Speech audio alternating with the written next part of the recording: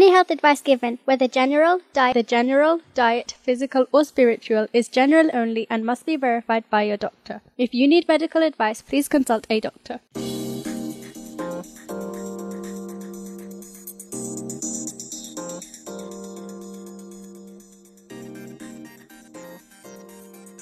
Assalamu alaikum and welcome to another exciting and educating edition of the Health and Fitness Show.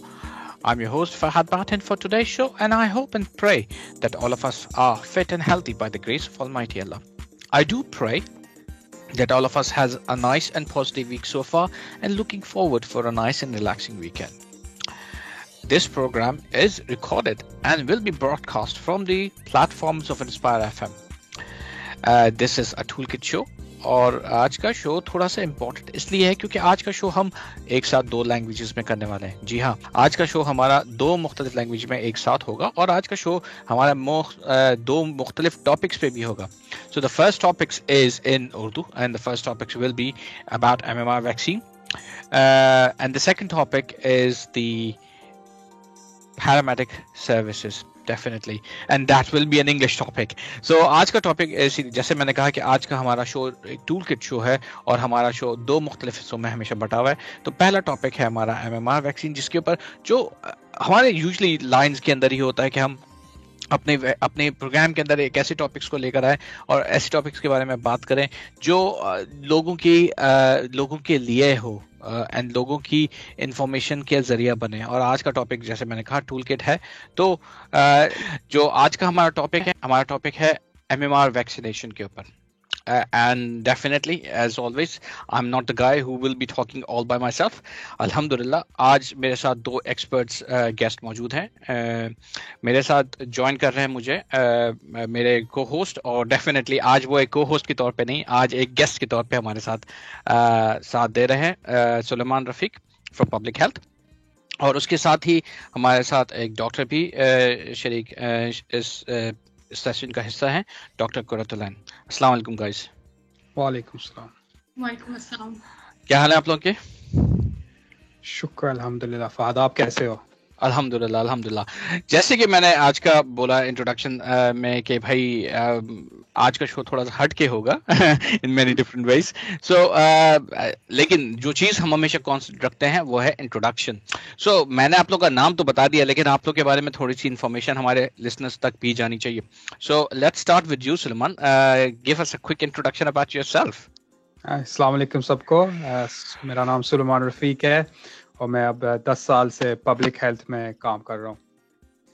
زیادہ میری focus healthy life styles پہ ہوتی ہے, لیکن آج ہماری بھی وہ ویکسینیشنز اور دوسرے ہیلتھ پروٹیکشن والے کام پہ بھی ہے.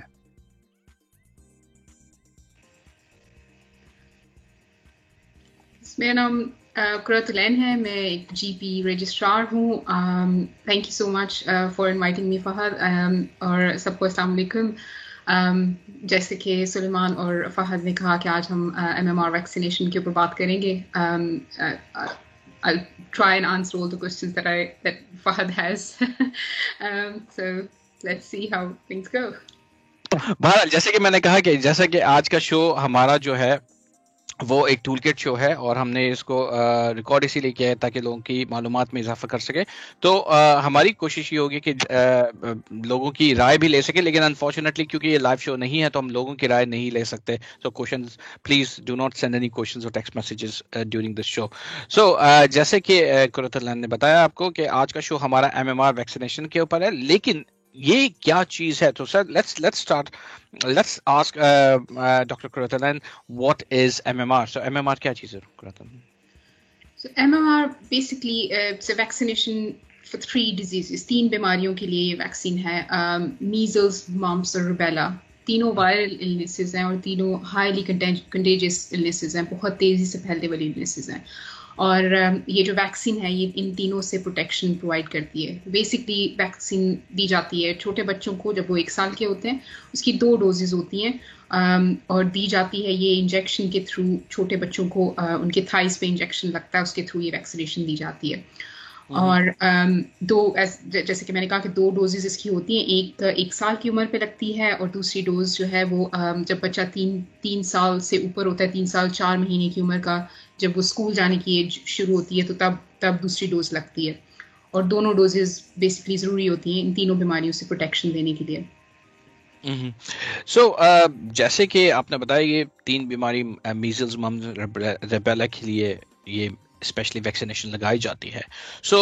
سلمان آپ مجھے بتائیں, کیونکہ آپ کا بیک گراؤنڈ پبلک ہیلتھ سے ہے, یہ امپورٹنٹ کیوں ہے؟ Why is it so important?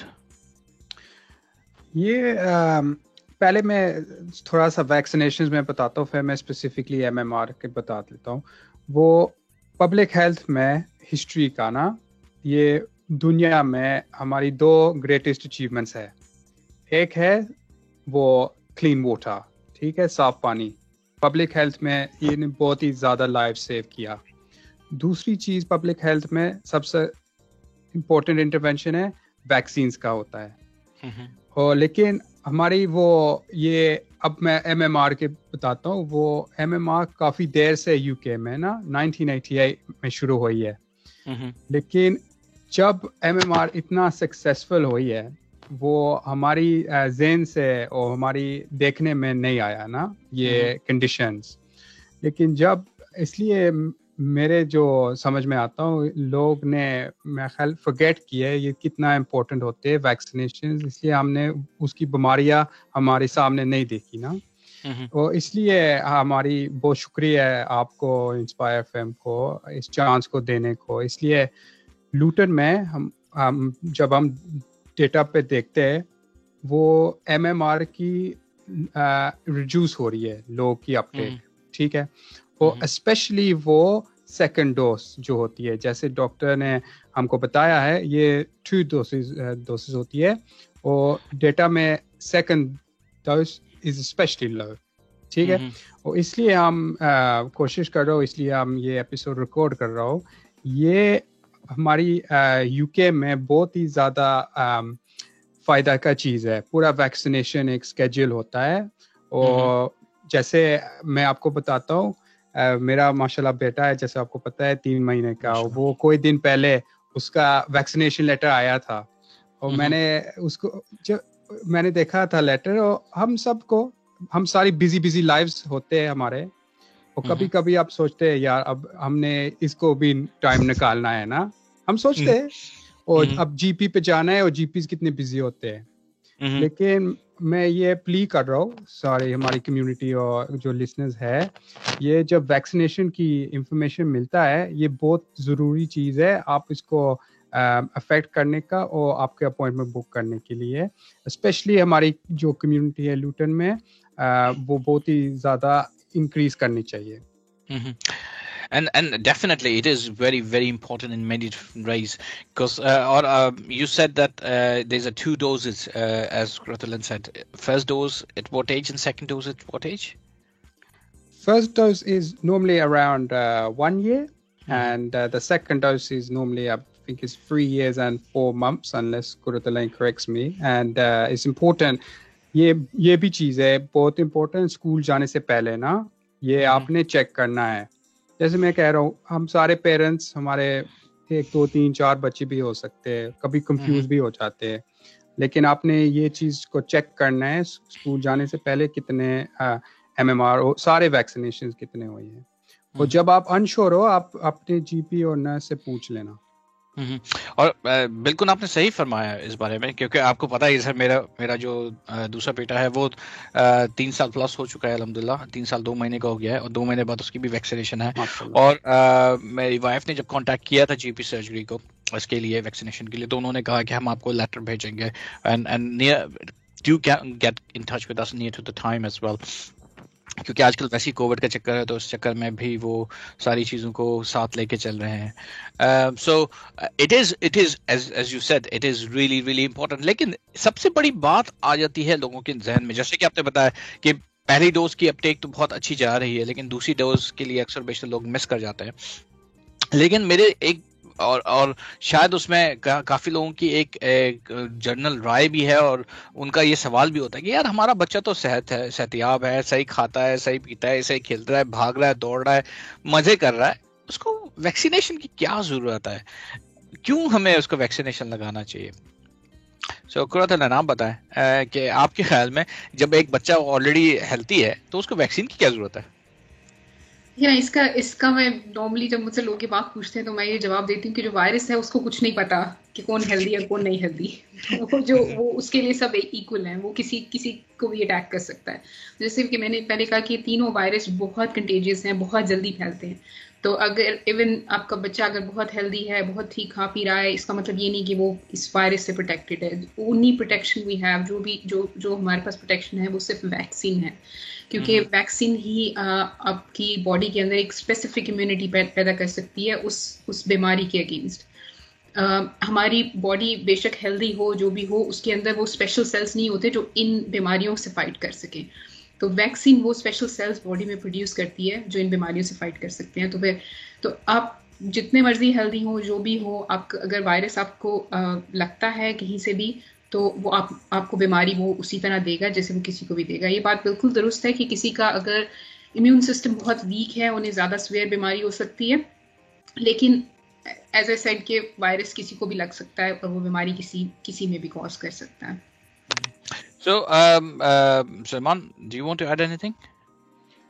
نہیں, جیسے ڈاکٹر نے کہا یہ بالکل صحیح بات ہے. ہم یہ نہیں کہہ رہے وہ ہیلتھی ایٹنگ اور شکر الحمدللہ بچے ٹھیک ہے, یہ بہت اچھی بات ہے, لیکن یہ جیسے ہم کہتے ہیں you comparing apples and pears ہے نا, یہ ٹو ڈفرنٹ چیزیں ہوتے ہیں نا. اور یہ جیسے آپ کہہ رہے ہیں یو کے میں 1988 سے یہ ویکسینیشن چل رہی ہے, لیکن ہم نے اس کو اوور لک نہیں کرنی چاہیے, یہ بہت ضروری چیز ہے. Indeed, and definitely, it's really important to have both dosage, and regardless, آپ کی اگر آپ کا بچہ جو ہے وہ صحت مند ہے, یا if he is alhamdulillah healthy and active and eating well, no problem, please do get both dosage. In terms of the dosage itself, who should have the vaccine? So for example, بعض لوگ جو ہیں وہ یہ کہتے ہیں کہ بھائی ویکسین تو لے لیے, ٹھیک ہے, پہلی ڈوز لے لیے, سیکنڈ مس کر دی ہے, تو سیکنڈ کب لے سکتے ہیں؟ اور دوسری چیز مجھے اس پہ پوچھنا ہے کہ کون لے سکتے ہیں یہ ویکسین؟ سلمان اینڈ قرۃ العین. جی sorry, okay, I'll go first. Say ویسے ویکسین یہ ایک نارمل نیشنل پروگرام کا حصہ ہے ویکسین, تو سب چھوٹے بچوں کو ویکسین لگنی چاہیے اور سب کو لگوانی چاہیے ویکسین. لیکن اگر کسی کو ایک ڈوز لگی ہے اور اس کے بعد دوسری ڈوز نہیں لگی فار اینی ریزن, تو at any point in their life اگر وہ چاہیں تو وہ ڈوز لگوا سکتے ہیں, وہ دوسری ڈوز لگوا سکتے ہیں. آپ اپنے جی پی سے کانٹیکٹ کر سکتے ہیں اگر آپ کو یاد ہے کہ آپ کو ایک ڈوز لگی تھی اور دوسری نہیں لگی, آپ کسی بھی ٹائم پہ کانٹیکٹ کر کے تو دوسری ڈوز لگوا سکتے ہیں. وجہ دو ڈوزز لگوانے کی یہ ہے کہ آپ کو کمپلیٹ پروٹیکشن تب تک نہیں ملتی جب تک آپ ڈوزز نہیں لگواتے. آپ کو میزلز ہونے کا رسک پھر بھی رہتا ہے اگر آپ نے صرف ایک ڈوز لگوائی ہو, تو پھر بھی چانسز ہیں کہ آپ کو میزلز ہو. جب تک آپ 2 ڈوزز نہیں لگواتے آپ کو کمپلیٹ پروٹیکشن نہیں ملتی. تو پھر اس لیے اگر آپ گرون اپ ہیں اور آپ کو لگتا ہے کہ آپ نے بچپن میں یا جب بھی ایک ڈوز لگی تھی دوسری نہیں لگی, تو آپ تب لگوا جب بھی آپ چاہیں آپ اس کو لگوا سکتے ہیں. اس سے آپ کی امیونٹی بوسٹ ہوگی اور آپ کو پروٹیکشن اس طرح بھی مل جائے گی.